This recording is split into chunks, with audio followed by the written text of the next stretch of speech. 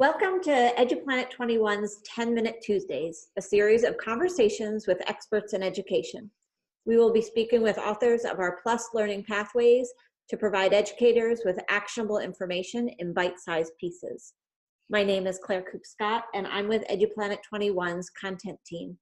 Today, I'm joined by Amy Heineke, an Associate Professor of Bilingual and Bicultural Education at Loyola University in Chicago. Amy specializes in teacher preparation for English learners. Amy recently co-authored a book with Jay McTighe entitled Using Understanding by Design in the Culturally and Linguistically Diverse Classroom. Welcome to 10-Minute Tuesdays, Amy. Thank you.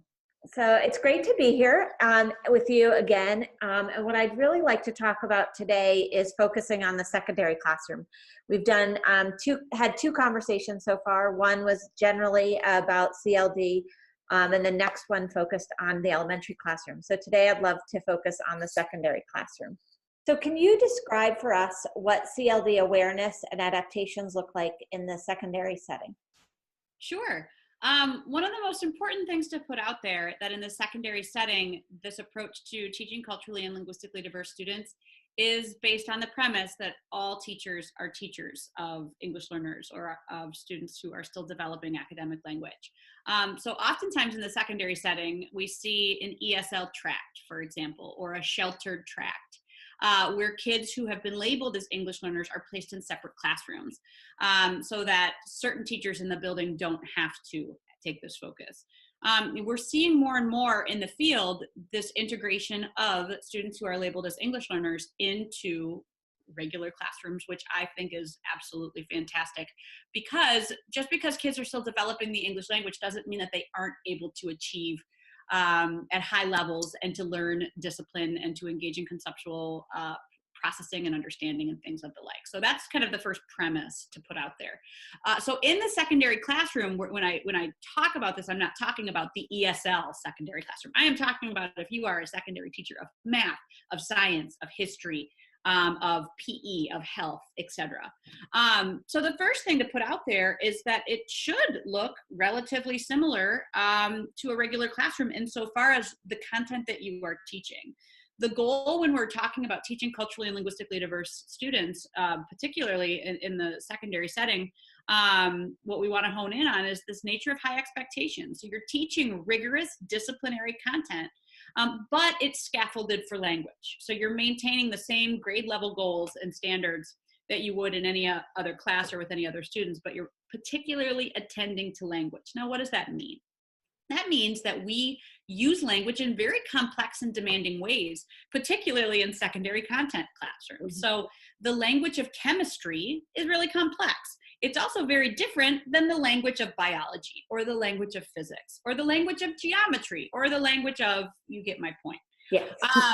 So one of the things that's really important to keep in mind and what this looks like, it's this attention to language. So it's thinking about how is language used within my discipline and how can I therefore scaffold and support students in being able to reach the goals of geometry or physics or whatever it might be, but attending to those language demands. So thinking about academic text structures, for example. You open a high school biology textbook and there's everything from diagrams to pictures to charts to tables to narratives. Helping a student who's still developing the English language maneuver those text features is really important to helping them access the concepts and ideas of biology. Complex sentences, for example. We use particular, if, then, cause, effect types of things in different disciplines, recognizing the prevalence of particular sentence structures and supporting students in using them. And of course, disciplinary vocabulary. That's something that we've long attended to when we think about this lens on language and disciplinary instruction, but recognizing that, again, within each discipline, it's not just vocabulary terms, it's multiple meaning words, it's particular sayings, it's nuances and shades of meaning.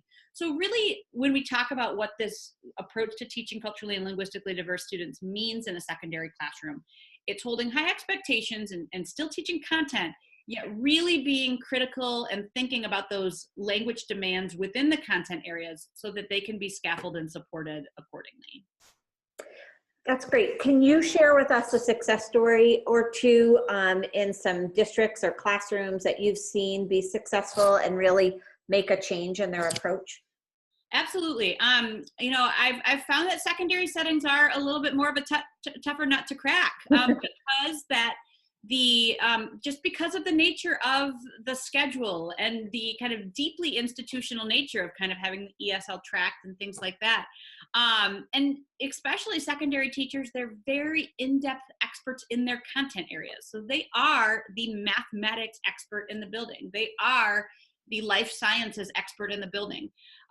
So supporting teachers in seeing where language comes in is integral. One district that comes to mind immediately, I've been working extensively with suburban Chicago district for about 3 years, I think, 3 or 4 years. And they really committed at the middle school level. So I've worked with every single one of their middle school teachers multiple times. I think we've probably had 5 or 6 full-day professional development sessions. And it's every single middle school teacher. I work with the art teacher, with the PE teacher, with the band teacher. So not just your core subject areas. And it's really recognizing every teacher's role in language. So getting teachers that buy-in that they have a really important role. But also helping them to recognize that there's really meaningful ways that they can do this. I'm not asking the math teacher to teach a grammar lesson. What we're looking for when we talk about this approach to teaching culturally and linguistically diverse students is saying, I'm a math teacher and the language of math is hard. And by attending to the language of math, I'm going to help my students learn math. So seeing it not as this kind of add-on or separate nature of disciplinary teaching, but something that will simply enhance their teaching for their culturally and linguistically diverse students, but also for all kids as well. So lots of different examples, but that's the first one that comes to mind because it's truly been working with every single teacher in the building and making that a priority. That's such a commitment. Absolutely. Can you give some examples of some things that maybe some of our secondary teachers could try or take a look at or examine in their own practices to start making some changes today? Sure. The very first thing that I would recommend is to really think about, in my text with Jay McTighe, we call it deconstructing a linguistic blind spot, right? So you are deep, deep experts in your discipline. And perhaps you've never thought about how the language of your discipline is challenging.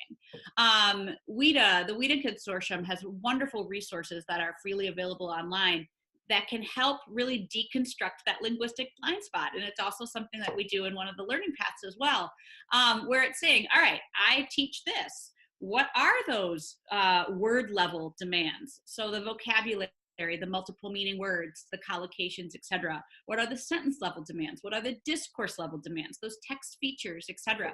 So just starting to build that awareness is key, recognizing how you use language in the discipline and how you're expecting students to learn to use language in the discipline. That's, to me, a really important first step. Another thing I think is important to note for secondary teachers is the importance of student collaboration and students using language. Often because there's such short periods of time, right? 45-minute, blocks of time that you have with students, and by the time they get in and you get things organized, you have so much to cram in that the tendency could be to have more teacher talk, but really finding time to have those meaningful opportunities for student talk. Because again, as I mentioned in an earlier podcast, it's so important that students use language to develop language. Great. Any final information or thoughts on anything you want to share with the teachers, or do you want to give a little information about your learning pathways that you've developed with EduPlanet 21? Sure. One thing to note that I don't know if I've honed in on enough is how important students' home language is. Even if you are an English dominant teacher, even if you only teach in English, recognizing how powerful students' home languages can be in the classroom is really important. So whether that be, pointing out cognates or words that look and sound the same between languages, or letting students brainstorm with a peer in their home language before you go into a lesson on a particular topic.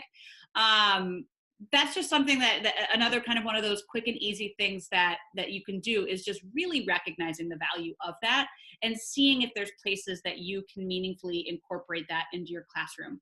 And we talk about that more in the learning path, both in thinking about your classroom environment and ways that you can find places to bring in language scaffolds, both in English, but also valuing students' multilingual backgrounds, but also thinking about where students' languages can be used in support of attaining English language proficiency and content understandings.